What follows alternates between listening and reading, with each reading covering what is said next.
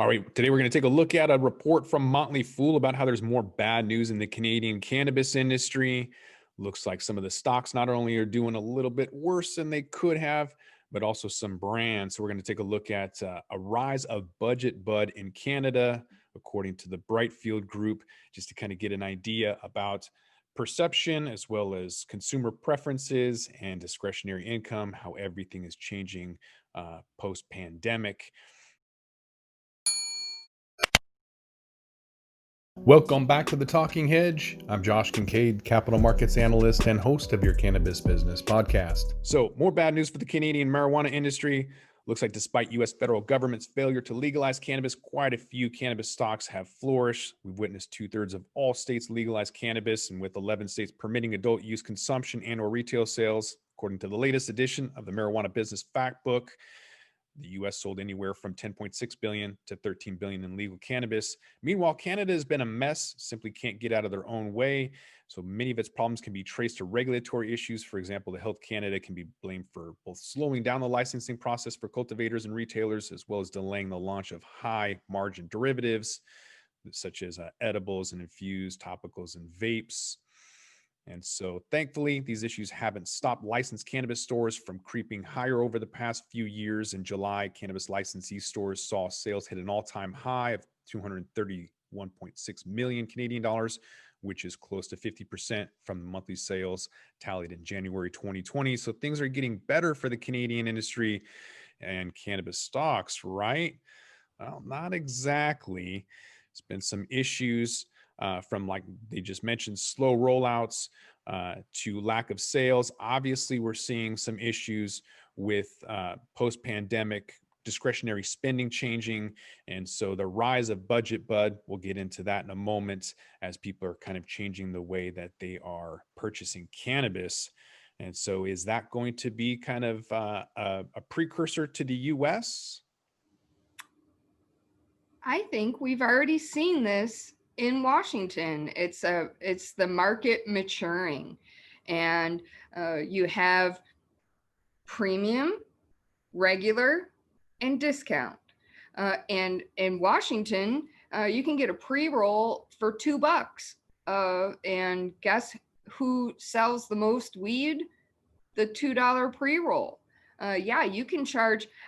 There was somebody charging $52 an eighth here in Washington for so-called premium cannabis. Who is going to buy that when an eighth goes for less than $20 at a retailer? And of course, ultimately you're competing with $2 pre-rolls. Now, we won't talk about the quality of the $2 pre-roll, but the $2 pre-rolls are what sell compared to the $50 eight. Mm-hmm. Yeah. So we've also kind of witnessed a few issues. Health Canada, they've made their mistakes, obviously, but there's some local provinces like Ontario, right? So they're home to almost 40% of Canada's population, but they ran a lottery system for their dispensaries. Didn't work out too well. They saw just 24 stores open in the first year that they were supposed to have 1,000 locations. But we're also seeing past earnings season, the Canadian licensed producers are reporting exceptionally weak cannabis sales growth in the domestic market. And it made little sense considering that the pandemic, coupled with an increase in new dispensary openings, led to a notable uptick in licensing store sales. But we may now have the answer as to why these figures were so weak.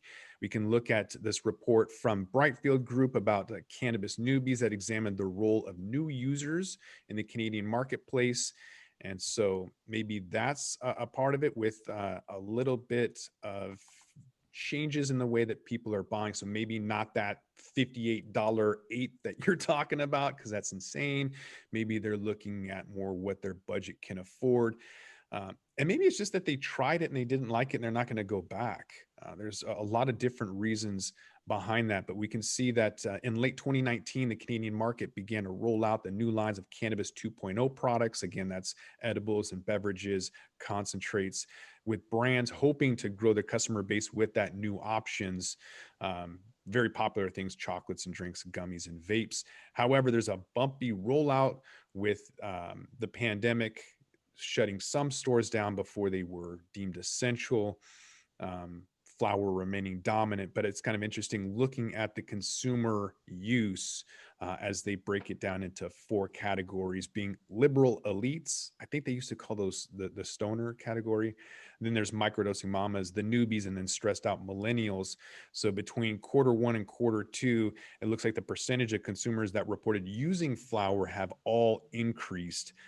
Whereas I was reducing my flower because I didn't want to burn. I was a little bit worried about combusting early on in the pandemic, whereas now everyone's kind of maybe taking what they stockpiled and just burning through it quite literally. Well, I think there's a variety of reasons for a shift in methods of consumption that can be explained in a fairly logical ways.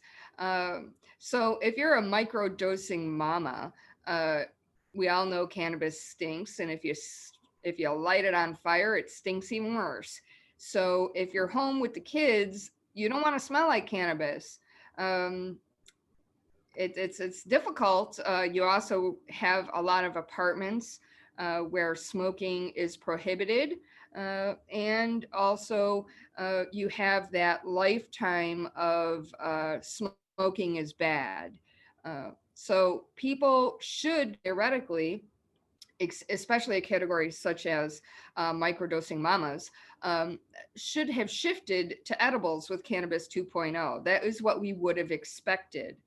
But with the pandemic, Josh, what you see is the edibles and the concentrates, the gummies and things like that, they're just too expensive. And if you're not working and you have to worry about diapers and baby food on top of your cannabis, you have to make some choices. And flour is cheaper, exponentially cheaper, Josh. Mm-hmm. Yeah, and to that point, it looks like in Q4 2019, the licensed recreational cannabis was 20% more expensive than the illicit market. So that's probably part of the rise of the budget brands. Almost every major licensed producer, they've launched an affordable brand in Canada. Um, so looks like when Canada's federally legalized cannabis LPs got the green light to grow, they planted seeds, grow too much. We saw them kind of pull back, even in Latin America, which never made sense to me, where they were pulling back on their production. They've written off, Aurora wrote off 3 billion, Canopy's written off 1 billion at least once, if not multiple times. So looking at the future of pricing, they were published last week. We could see that the new emphasis on low price cannabis playing an important role. So despite increased sales volume, there's a greater portion of lower price, less costly bulk sales during that quarter. And Tweed, Canopy Growth, accounted for a whopping 40% of flower sales in the quarter.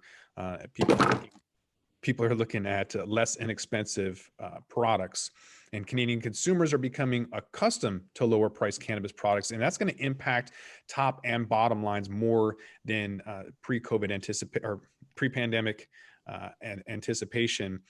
And I would say that I'm on that board too, because I'm now more used to paying $500 a pound. If I have to pay more than $30 an ounce, I'm going to feel like that's expensive. And so I'm going to either need delivery or I'm going to need, something to entice me to go to a store and pay more than what I'm used to. Yeah, absolutely. The price point needs to be appropriate. And we see this in the tobacco industry.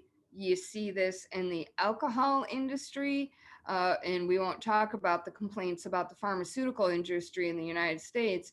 But quite frankly, you can have $2 bottles of wine. You can have $2 million bottles of wine, but most often the $10 to $15 bottle of wine is what sells, because people don't want to be cheap and only spend $2, but people don't certainly want to spend $200 either. So you have to find that sweet spot of the price point, and Canada just hasn't found it yet. No, a lot of them were expecting that 2.0 to drive margins higher. But despite that rollout of Cannabis 2.0, the derivatives products were launched in December this last year, slowly made their way to the retail stores, but new users preferred flower over derivatives. So whereas derivatives use was more or less flat from the sequential first quarter, dried flower use rates among newbies spiked to 43% in the same quarter. So that's a good question. Like, why? For one, you can see that dried flower is more readily available than those derivative products, which have been constrained by supply challenges. And more importantly, is that the so-called newbies have been drawn to dried flower and pre-rolls due to value pricing on those products. So traditionally, people are looking at convenience and pricing, assuming there are trusted brands, which I don't think that there are yet. They're kind of developing, but there's a whole lot of issues in terms of what the producers or LPs were expecting, and then what the reality is.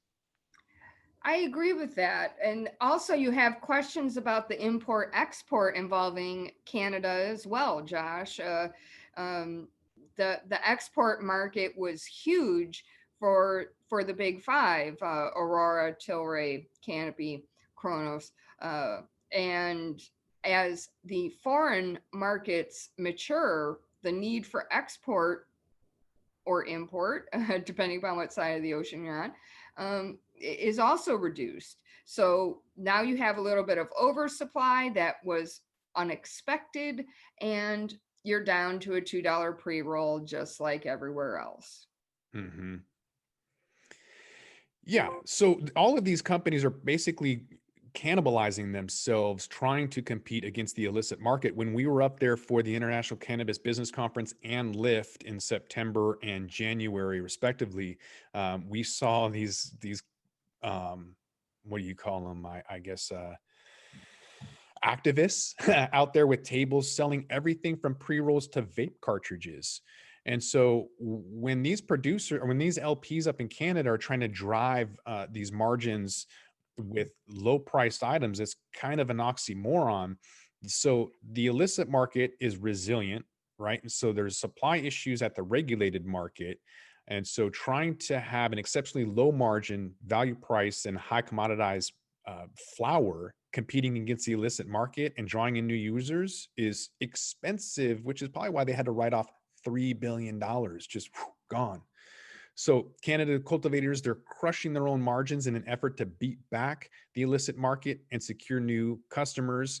And that's why margins have been so awful as of lately, and why revenue figures have been so poor despite licensed cannabis store sales hitting all-time highs, which you can see that it's absolutely reflected into the stock market, which has been really volatile after the election or after the vice president debate, when Kamala Harris said that they were going to legalize cannabis and expunge records. You saw massive spikes in double digits, 10% plus daily growth. That's crazy. Well, they dip back down the same day. So it was an awesome trading opportunity that we got to take advantage of with our artificial intelligence based algorithm, with technical analysis and predictive analytics that is crushing the competition.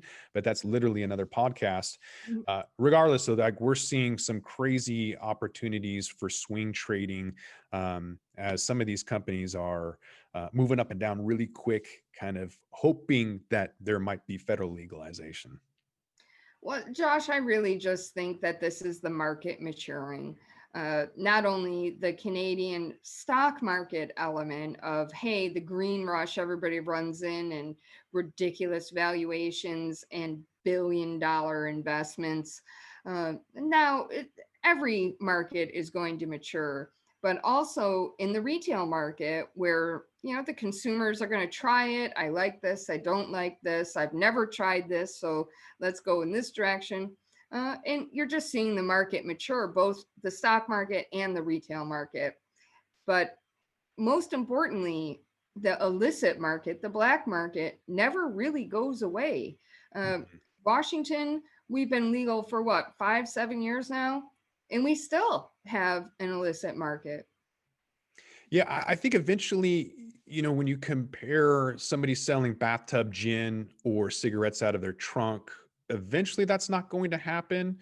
It's going to take a lot for the complete normalization because there are knockoffs and um, products, even screws, bolts, and nuts you see coming out of places like China that aren't completely legitimate. So when you try to screw on a nut and it cracks off because it's not made from the proper materials, even vape cartridges are at risk of things like that. So I think regardless, there is some normalization, but there is some opportunities for counterfeit products to make it into the marketplace, regardless of what it is.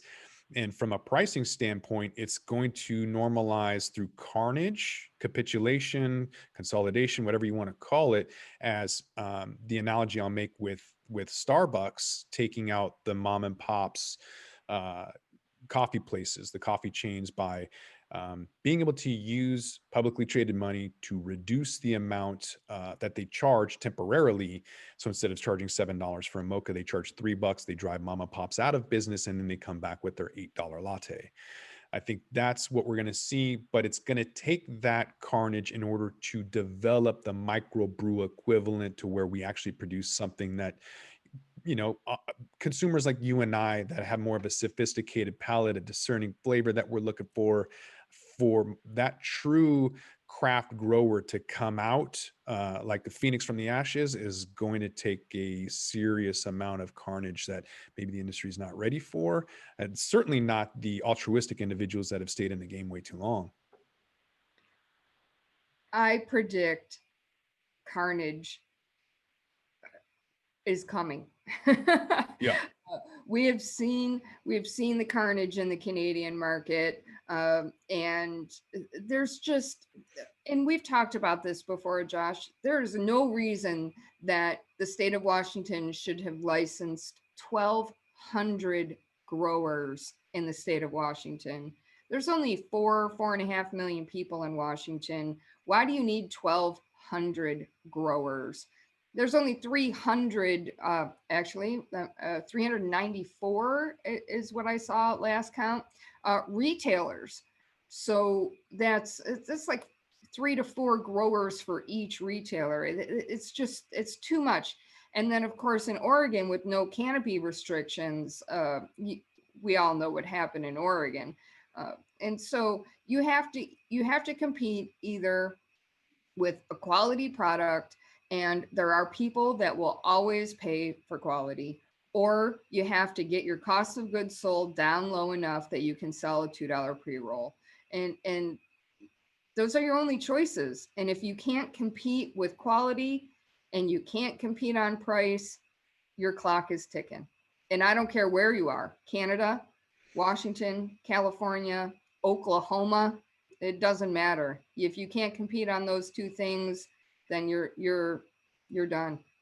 Yeah, Oklahoma is going to have a tough time with 7,500 licenses competing against Oregon with billion joints equivalent in excess. So that's only 3,500 licenses in Oregon. Oklahoma's got twice as much. I feel bad for those people who think that they're going to make a living this late in the game. It's going to be a tough battle for them.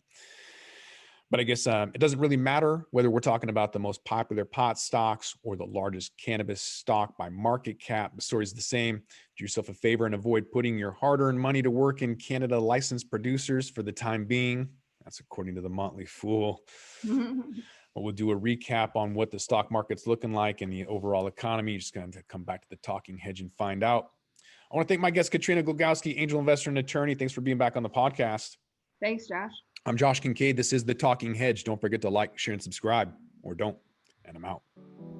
With that, we're going to roll this one up. I'm Josh Kincaid. This is The Talking Hedge. Don't forget to like, share, and subscribe, or don't. And I'm out. Don't forget to smash that like button on your way out and check out these other videos that we've got.